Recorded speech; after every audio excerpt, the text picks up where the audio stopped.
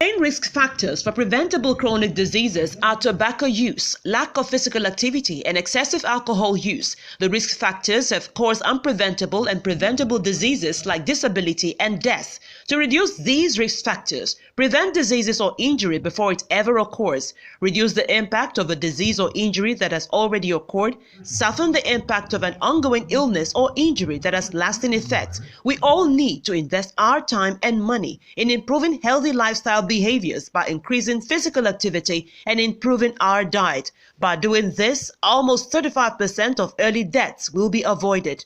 Our integrative nutrition health specialist, Betty Olayinka Folarin Akinlosotu, aka BOFA, advocates for this every Sunday on Health Corner and Nutrition segments showing on Healthy Living with BOFA channel, where she also features professionals on interview with expert segments. Join us every Sunday, 2 p.m. US time, 7 p.m. UK and Nigerian time, 8 p.m. South African time. See you there.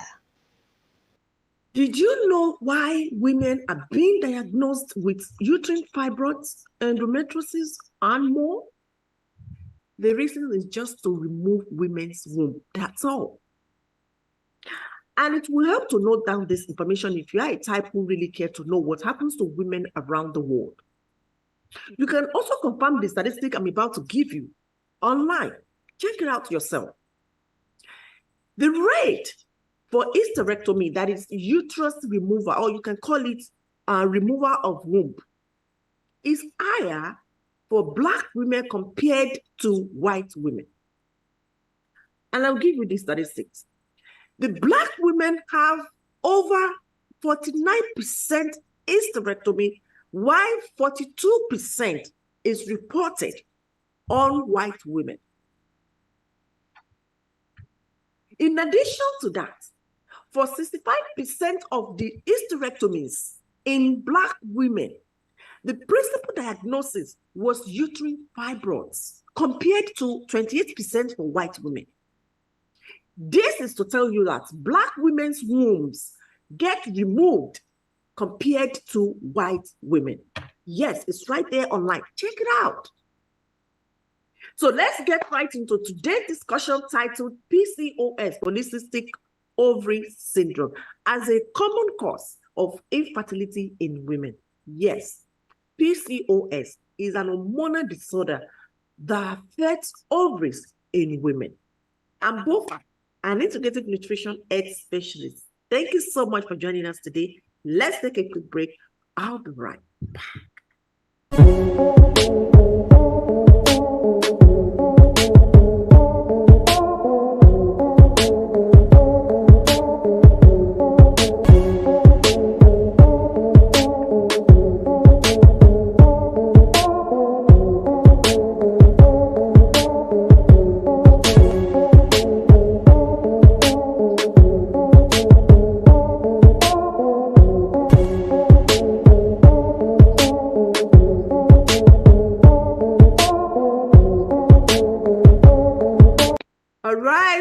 Welcome back from the break. In case you're just joining us or you are a returning audience, this is Healthy Living with Wilfred Talk Show, and our topic today is PCOS. Yes, today we are focusing on hormonal disorder that affects ovaries in women. Yes, you see, our womb is a chamber that holds so much information. Our womb is strongly connected with divine feminine. Think of removing it because of any disease will result in many side effects such as vaginal dryness, reduced interest in sex, menopausal symptoms, depression, and increased risk of other health problems. Most of these health problems can be cured, but because the doctor wants you, he wants you to come back. He wants your money. They suggest surgery. And once the surgery is performed, disease sets in because of a complete imbalance within the temple. Temple is your body, your womb. People, we need to take care of our wombs, regardless of whether we are still giving birth or not. We still need to take care of it, except if you don't have womb. If you have gone through hysterectomy, yes, you don't need to take care of your womb, but you need to take care of your body, internally and externally. That's your duty. It's your responsibility. Now, what is PCOS? Polycystic Ovary Syndrome. You see, many women never heard about these syndromes. And guess what? It is a common disorder in women. It's very common, but we don't know what that is. We don't know what that is when we have this syndrome, this disorder. Why? Because we don't know what goes on in our body. And nobody is telling us anything. Doctor is not telling us what we should know about our body, other than giving us prescription for medication or surgery.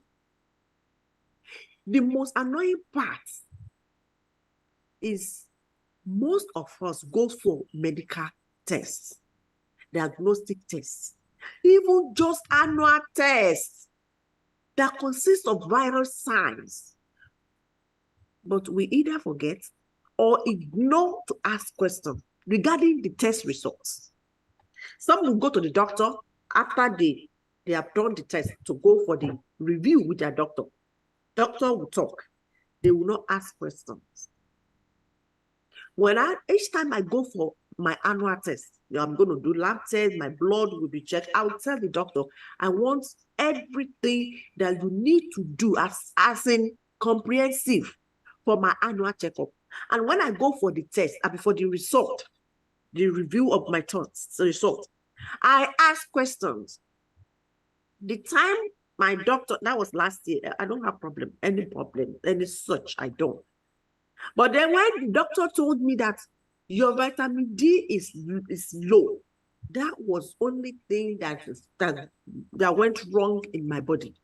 My vitamin D is low. Why won't it low? I was indoor for over 2 years without going out when pandemic struck. I don't see the sun. If I go out, I'm going to cover everything because of pandemic, because of the virus. So I wasn't having direct sunlight because you don't get too much of, this vitamin from the food. You only get little from, small from the food you eat. You get more and natural from the sunlight. We are indoor. So when the doctor told me that my vitamin D is low, I said, doctor, you know the reason why it's low. So what should I do? He said, increase my vitamin D for me. Remember I told you that some vitamins you cannot take on your own without your doctor telling you the dosage. If it is too much, there is a side effect of that. So I make sure my doctor give me the accurate amount, dosage that I have to take. I don't just go to the store because my doctor said my vitamin D is low. I run to the pharmacy, I grab something from the counter. No, I don't do that. He did the test. He knew that I was low. How much do I have low? She will be the one to tell me. I don't just run to the pharmacy and start taking vitamin D. How many of us do this? Some will not even go back for their test review. They just do the annual test. That's it. And when they finally struggle to go, maybe they are busy calling them, your result is ready. Maybe they find out there's a problem because if they discover there's a problem in your test, they call you till you come back for that solution. When they finally get there, they won't ask questions. We don't ask questions. And some doctors, they are not telling us anything. If you don't ask, you don't ask, none. Yes. And for those of us who ask, doctor or healthcare professionals are not ready to say anything. They are not saying anything. They are not saying what we should be aware of. Do you know why? I'll tell you why. These doctors, they know that telling you and I what the problem is and the solution, they know it's not likely we come back to them. They are afraid of you and myself finding solution to our problem finally. So they won't tell us what the problem is. Let's take herbalist, for instance. If an herbalist knows that chamomile leaves can heal sleeplessness and other things, I just use sleeplessness because ogon chamomile tea leaves me, just like green tea. Also, chamomile is for sleepiness because it has melatonin in it. That herbalist will not come back to that doctor. If doctor tells herbalist that, oh, sir, when you get home, go and get chamomile tea, drink it, you will have your sleeplessness, taken care of. Are you telling me that the herbalist will come back next time to see the doctor or come back and tell doctor, okay, I've taken it, it's working? Because when you go, you are going to pay again to the doctor for another visit. So why is he going to go back there? So they know all this. They know that these herbs, these roots, these leaves, the works, they treat a lot of ailments, a lot of illnesses. They won't tell us. Because they know that if we know the effect of that herbs, the leaves, we are not likely to come back to them. And when we don't come back, they don't get paid. And when they don't get paid, they don't get rich. That is just it. Now, coming back to PCOS, what is Polycystic Ovary Syndrome? That's why we're here today. So let's talk about it. Okay? Now, PCOS is a common health problem that affects 1 in 10 women of childbearing age. Women with PCOS, we have a hormonal imbalance and metabolism problems that may affect their overall health and appearance. PCOS causes infertility. And many women out there who are suffering from infertility. I mean, women who could not conceive have no idea what the cause is. But the good news is, PCOS is treatable. It can be treated, but not curable. Yes, because it's a disorder that is not treatable. That is not curable, sorry. But it is treatable. That's good news, because I don't want to hear it's not treatable and it's not curable. Because I don't want to hear when something is not treatable and is not curable. I think if it is not curable, it should be treatable. And once things is not treatable, it's not curable, something will end it, and that is death. And it now depends on the age of the person that is suffering from that disease, that problem. If it is an elderly one, but if it's young, if it's a young girl, young boy, that is where the problem is. Because if it is treatable, you can still take it to 90 if you are 10, if you are 20, if you are 30, you still have time to treat it and take you to your, old age. But if it is not treatable and curable, and you are age 20, 30, that is serious. Our ovaries make the egg that is released each month as a part of a healthy menstrual cycle. If you are a woman with PCOS, the egg may not develop as it should, or refuse to be released during ovulation as it should be. And how do you conceive if the egg did not develop and not releasing egg during ovulation? How do you get pregnant? Tell me. Because this is the process. of you getting pregnant if the egg is not released or you are not getting it developed. So how? And these syndromes, PCOS, can cause missed or irregular menstrual periods, which can lead to, number one, infertility, inability to get pregnant. In fact, PCOS, this disorder, is one of the most common causes of infertility in women. Yes. If you have 20 women with infertility, 19 of them is suffering from PCOS, because PCOS is the common cause of infertility in women. Number two is it can lead to development of cysts, that is small fluid-filled sacs in the ovaries. And what complication can cyst pose? There are two cysts that I'm going to talk about now: chocolate cyst, ovarian cyst. Now we're talking about the complication this cyst can pose. Though the chocolate cysts are non-cancerous, but ovarian cyst occurring after menopause can be cancerous. Yes.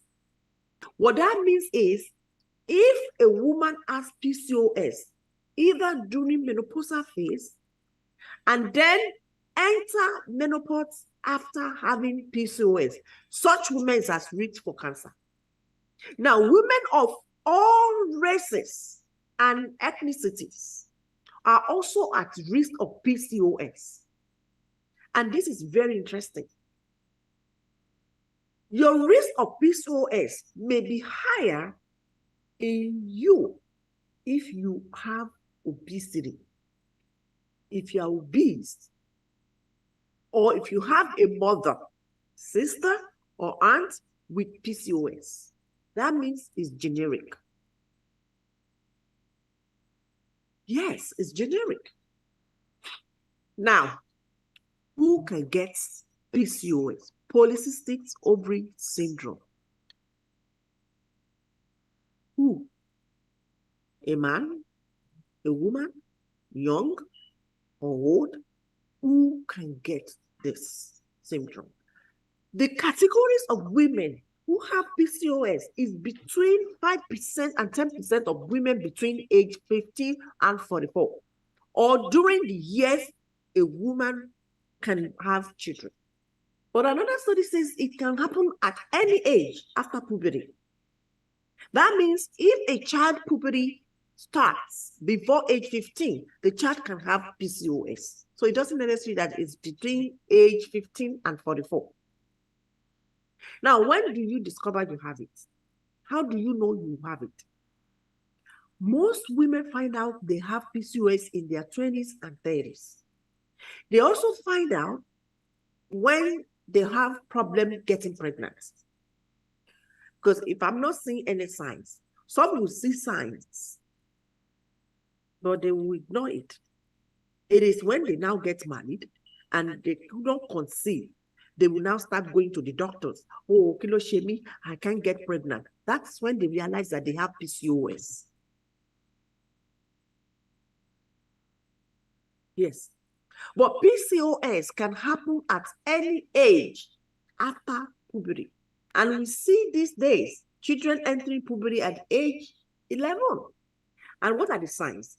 Some of the signs include irregular menstrual cycle, that is missing periods, or having fewer periods than 8 in a year, or periods coming every 21 days or more often, or you stop having menstrual periods. This is called irregular menstrual cycle. You miss it this month, you don't do it, next month it comes. Or when it comes, it's little. You have it 8 times in a year instead of 12. 12 times every month. That's when you're supposed to be having it. Or it comes very often. You have it this week, next week you have it, the following week you have it. It's coming often. Or it stops permanently, you don't have it. This is called irregular menstrual cycle. Another one is too much hair on the face, chin, or part of the body where men usually have hair. And this is called hirsutism. And this affects up to 70% of women with PCOS. If you see women growing hair in the body, in the chin, here in the back, in the body, or here in the groin, that means the person is suffering from PCOS. Or you have acne on the face, chest, and upper back. This is another sign of you having PCOS. You also want to see tiny hair, or you start losing your hair. You become bald. This is called male pattern baldness. Another one you can experience, which is a sign, is weight gain, or you have difficulty losing weight. Yes, this is another one. If you gain weight, that is a sign. Or you gain weight, you find it difficult to lose weight. It's a sign. It's a symptoms of this PCOS. The next one is darkening of skin, particularly along the neck creases, in the groin right here. This is what they call groin. And underneath breasts right here. If you are a light-skinned person, you will see it clearly. If you're a dark person, you see it more darker. That is what they call darkening of the skin.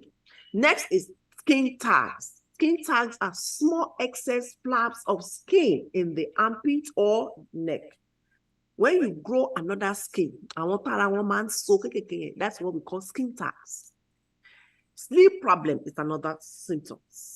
Infertility, of course. Depression, weight gain, I mentioned that. Fatigue is another one. And mood change.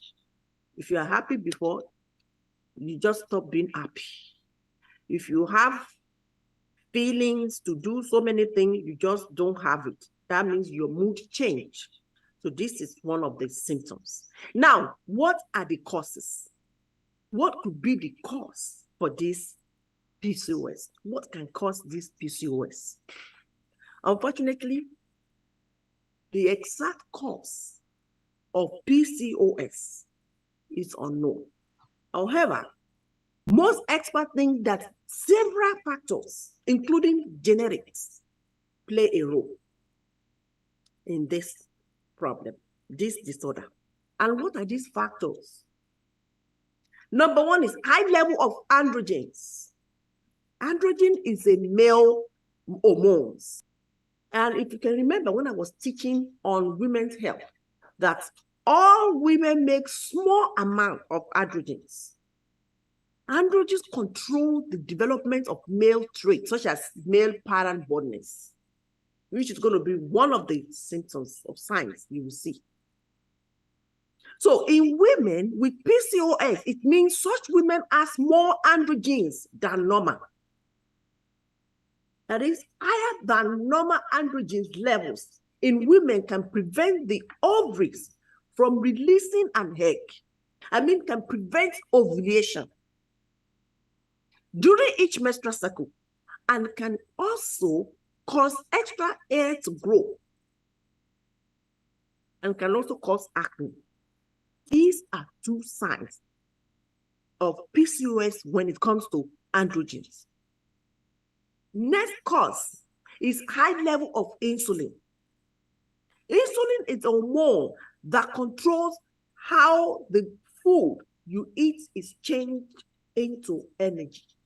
For instance, if you eat carbohydrates such as bread, rice, it must be converted to energy before it can perform whatever you ask the the carbohydrate to perform in your body. And what makes that happen in your body? What converts that food you eat into energy is insulin. Insulin converts your food into energy. And insulin resistance is when the body's cells do not respond normally to insulin. When you say, oh, she or he has insulin resistance, that means your body cells stop responding to insulin as it's supposed to. And as a result, your insulin blood level become higher than normal. Many women with PCOS have insulin resistance, especially those who have overweight or obesity. Many women with PCOS have unhealthy eating habits. Many women with PCOS are people who do not get enough physical activity. Many women with PCOS are women who have a family history of diabetes, especially type 2 diabetes. Now, when I say obesity, diabetes, and high blood pressure are sisters, isn't it true?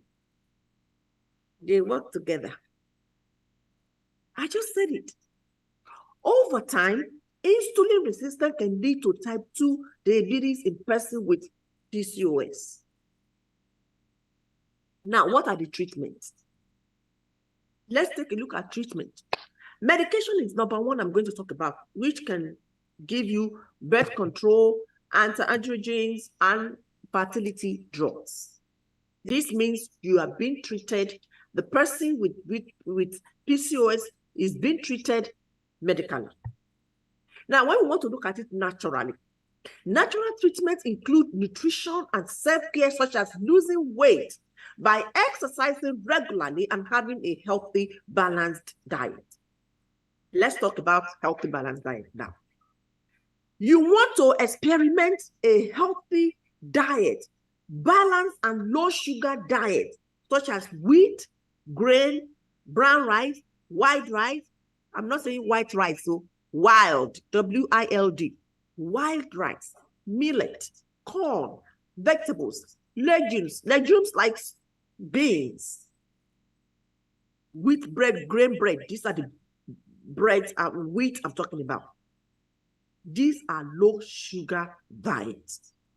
You want to live on this if you have PCOS. You also want to eat a diet high in fiber, such as vegetables, fruits, nuts. You want to eat essential fatty acid, such as fish, nuts, olive oil, MCT oil, or the seed itself, pumpkin seed, flax seed. All these are the food that will give you fatty acid. Yes, eating organic, natural food that are not refined, food that are naturally made, can help or put weight under control. Yes. Now, when I was sharing the advert flyer, I received a question that says, can I still get pregnant if I have PCOS? The answer is yes, because having PCOS does not mean you cannot get pregnant. In that case, what you need to do is to speak to a doctor. You want to speak to a doctor about your problem.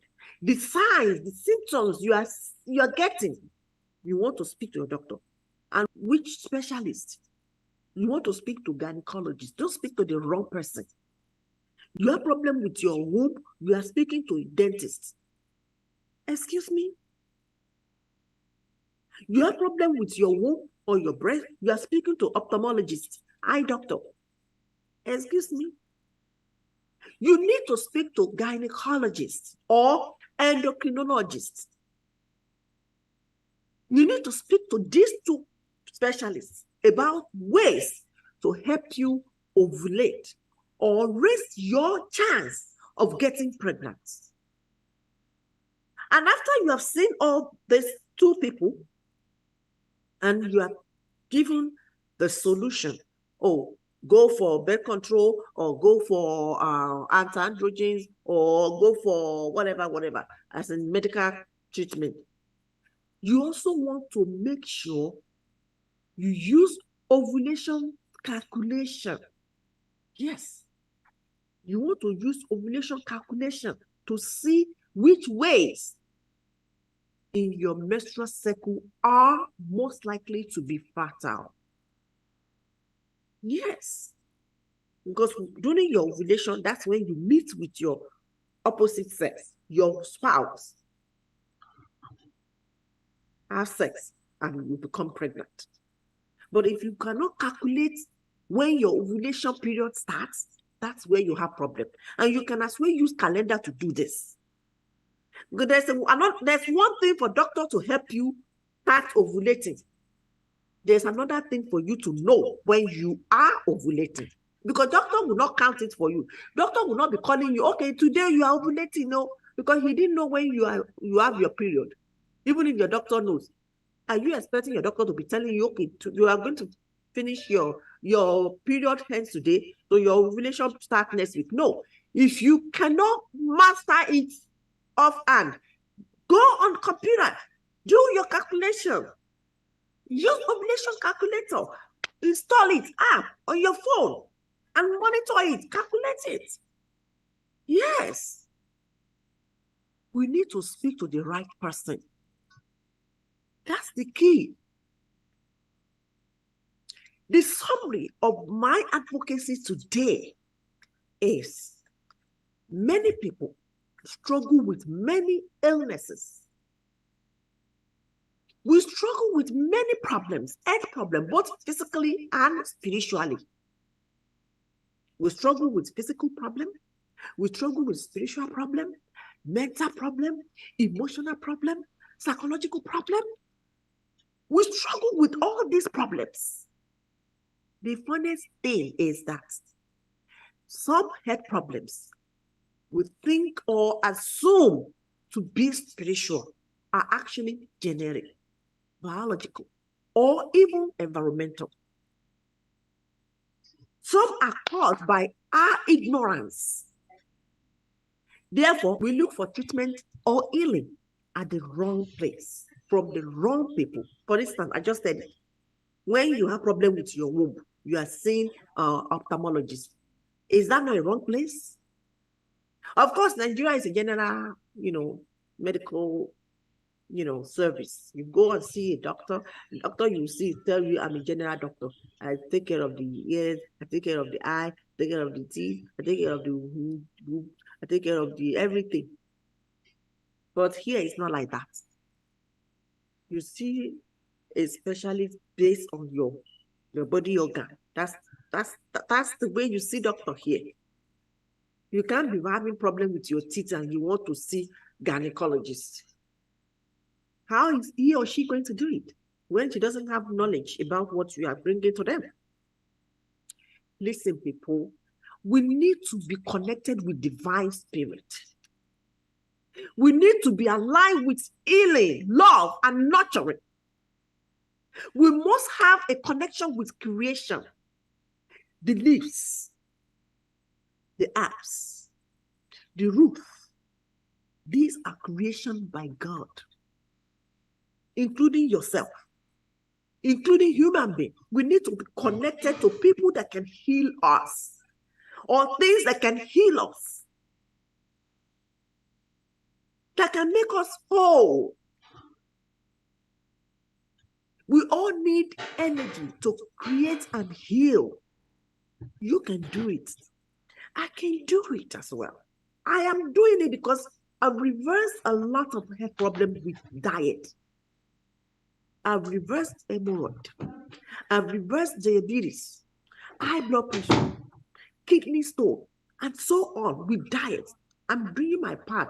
That is healing right there. Like I said earlier, most of these health problems can be cured. What we need to do is to look for help in the right place from the right people. That's all you need. That is your responsibility. Yes. All right, people, thank you so much for staying with us to the end of the show. That's all we can educate today. Let's connect here again next week for another information on health and nutrition. I'm still your host, Bufa, an integrative nutrition specialist advocating for healthy living. Be healthy. See ya next week. Have a good night. Bye.